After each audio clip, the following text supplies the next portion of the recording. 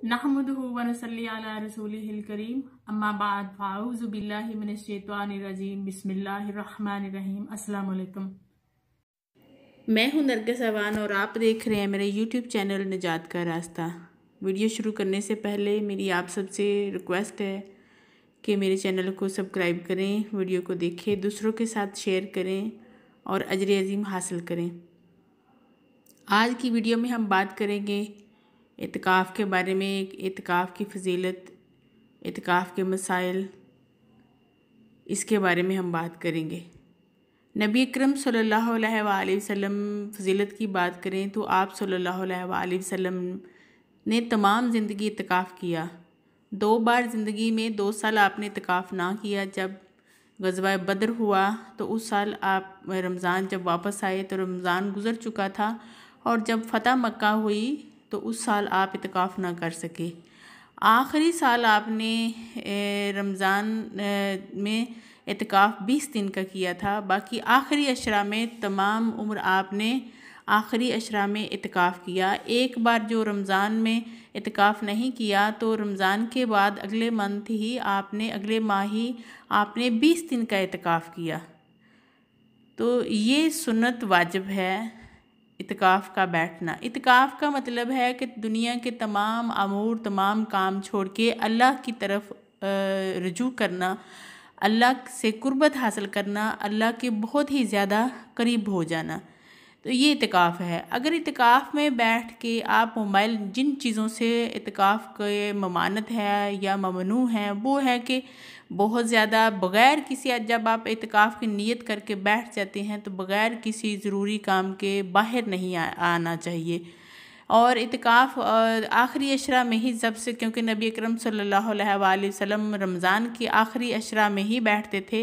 लेकिन आप पूरे साल अगर आपके कोई ऐसी मुश्किल पेश आ रही है, आप नियत करके किसी और काम के लिए भी इसकी मन्नत मान के भी बैठ सकते हैं। वो आप किसी भी महीने के किसी भी दिनों में आप बैठ सकते हैं। लेकिन रमज़ान के आखिरी अशरा में इत्काफ़ बैठना सुन्नत है। तो आप सुन्नत करके रात की जब 20वां रोज़ा अफ्तार होता है तो 20वें रोज़े की अफ्तारी के बाद 21वें की रात को आप, यानी कि ताक रातों की पहली रात में ही इत्काफ़ की नियत करके मस्जिद में तन्हाई में बैठ जाना। ये नहीं कि गैदरिंग में आप बैठे हुए हों और वहाँ जाके सोशल बातें हो रही हों।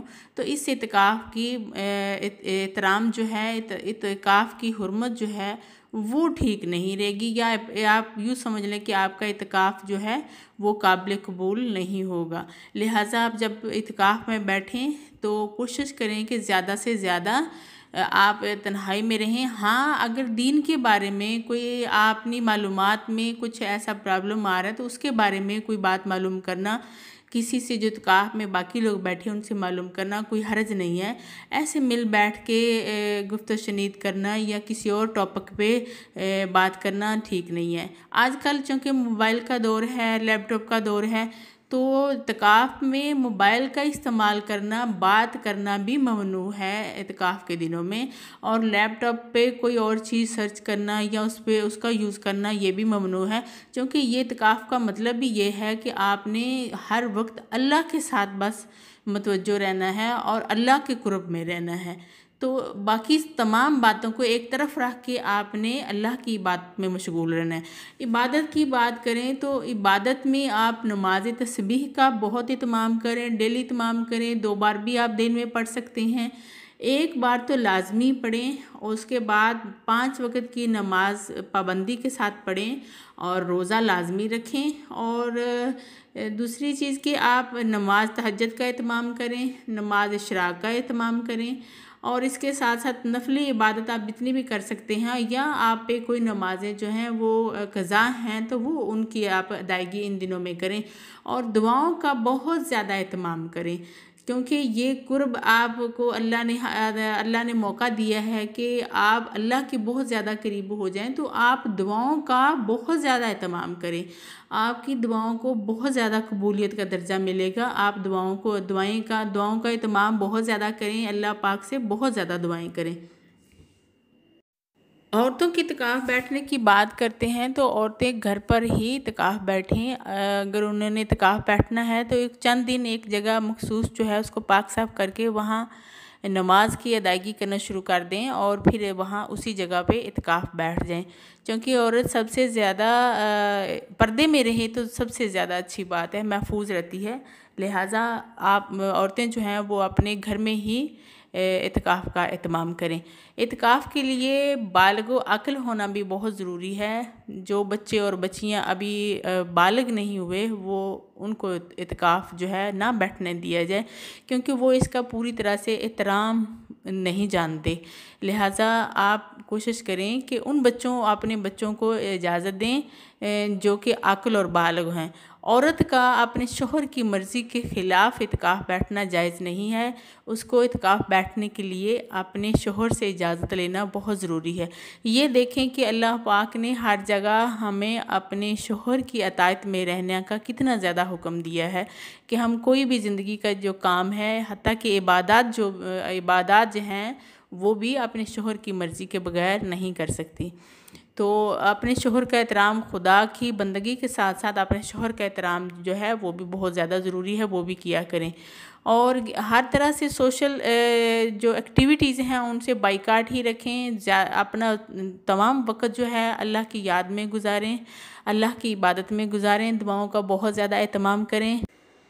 और ज़िंदगी में कोई भी आपको मुश्किल नज़र आ रही है, किसी भी इंसान को औलाद की कोई मुश्किल है या बच्चों के बारे में उनकी शादियां नहीं हो रही, उनके कारोबार नहीं है, कोई भी ऐसी चीज़ जो आपको मुश्किल नज़र आती है, उसके लिए जो इत्काफ़ में बैठे हुए हैं उनसे आप कह दीजिए कि हमारे लिए हमारी इस प्रॉब्लम के हल के लिए दुआ कीजिए। आप खुद ये नियत कर लें कि मेरा ये काम हो जाएगा, मैं इंशाअल्लाह इत्काफ़ में बैठूँगी या बैठूँगा तो इंशाअल्लाह आपका जो मसला होगा वो 1000 बार हाँ, ये मेरी जो मामा हैं उनका आज़मूदा है कि उनको कोई भी ज़िंदगी में मुश्किल पेश आ जाती तो वो कहती कि मैं इस साल इत्काफ़ बैठ रही हूँ परवरदिगार, अगले साल मेरा ये काम जो है वो हो जाएगा तो अगले साल फिर मैं बैठूँगी, तो इंशाअल्लाह वो काम आपका हो जाता है।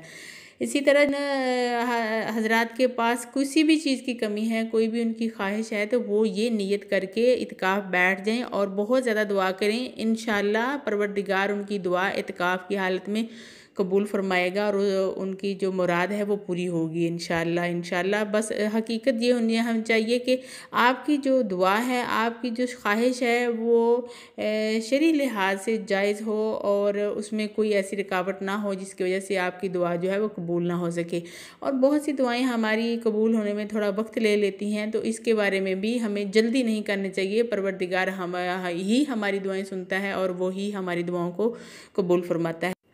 वालदैन में से अगर कोई नाराज़ है तो उनसे माफ़ी मांग के फिर इत्काफ़ करें। इत्काफ़ में बहुत ज़्यादा दुआओं का एहतमाम करें, वालदैन के लिए, अपने बहन भाइयों के लिए, रिश्तेदारों के लिए, तमाम उम्मत मुसलमान के लिए दुआओं का एहतमाम कीजिए। और लोगों के लिए आप दुआ करते हैं तो फरिश्ते आपके लिए वो दुआ करके आमीन वो कहते हैं, लिहाजा दूसरों के लिए दुआ करके फरिश्तों से अपने लिए दुआ करवाइए।